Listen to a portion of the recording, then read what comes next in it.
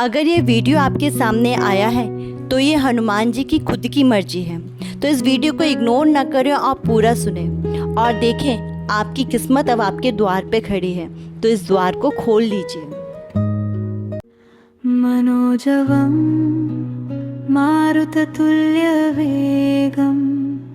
जितेन्द्रियं बुद्धिमतां वरिष्ठं वातात्मजं वानरयूथमुख्यं श्रीरामदूतं शरणं प्रपद्ये। मनोजवं मारुततुल्यवेगं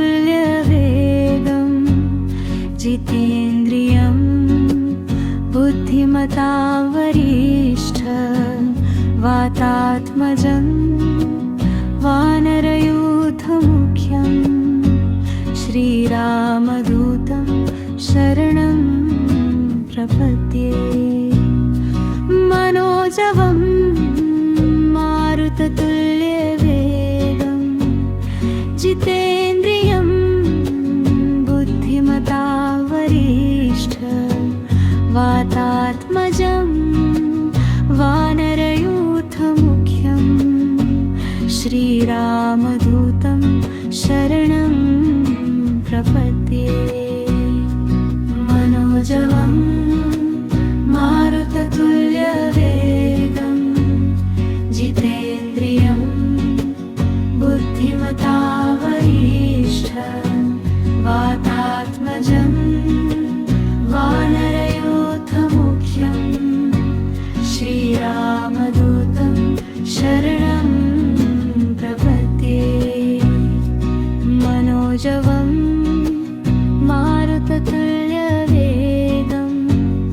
जितेन्द्रियं बुद्धिमतां वरिष्ठं वातात्मजं वानरयूथमुख्यं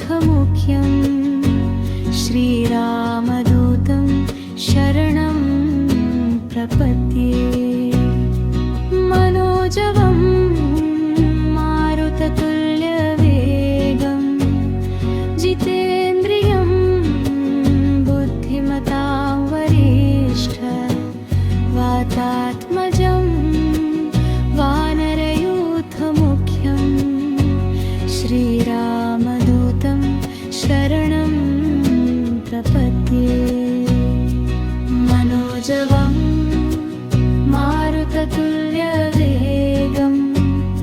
जितेन्द्रियं बुद्धिमतां वरिष्ठं वातात्मजं वानरयूथमुख्यं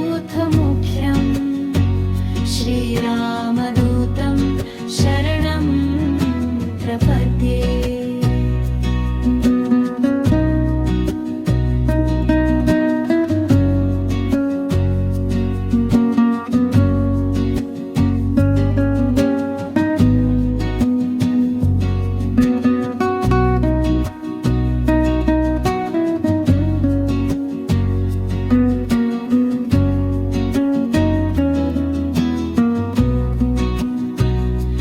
मनोजवं मारुततुल्यवेगं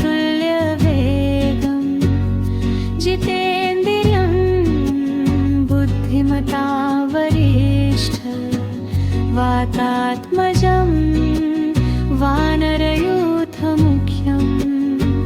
श्रीरामदूतं शरणं प्रपद्ये। मनोजवं मारुततुल्यवेगं जितेन्द्रियं बुद्धिमतां वरिष्ठं वातात्मजं वानरयूथमुख्यं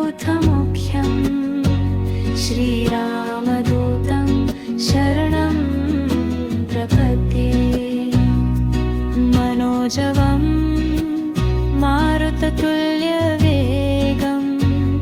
जितेन्द्रियं बुद्धिमतां वरिष्ठं वातात्मजं वानरयूथमुख्यं श्रीरामदूतं शरणं प्रपद्ये।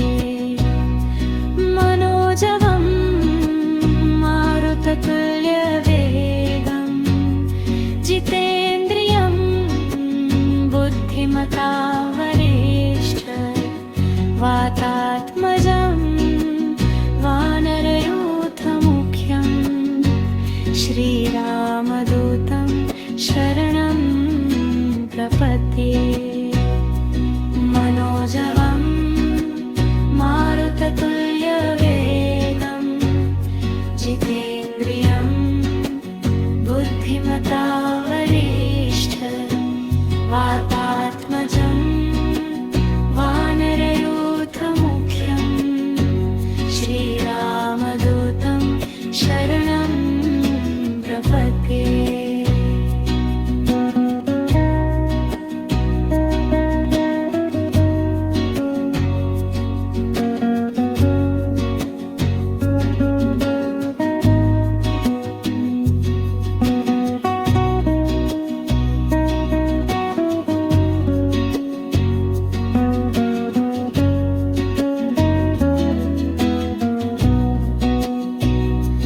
मनोजवं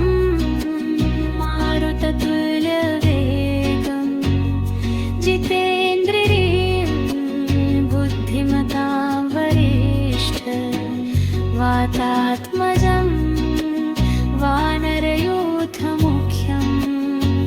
श्रीरामदूतं शरणं प्रपद्ये मनोजवं मारुततुल्यवेगं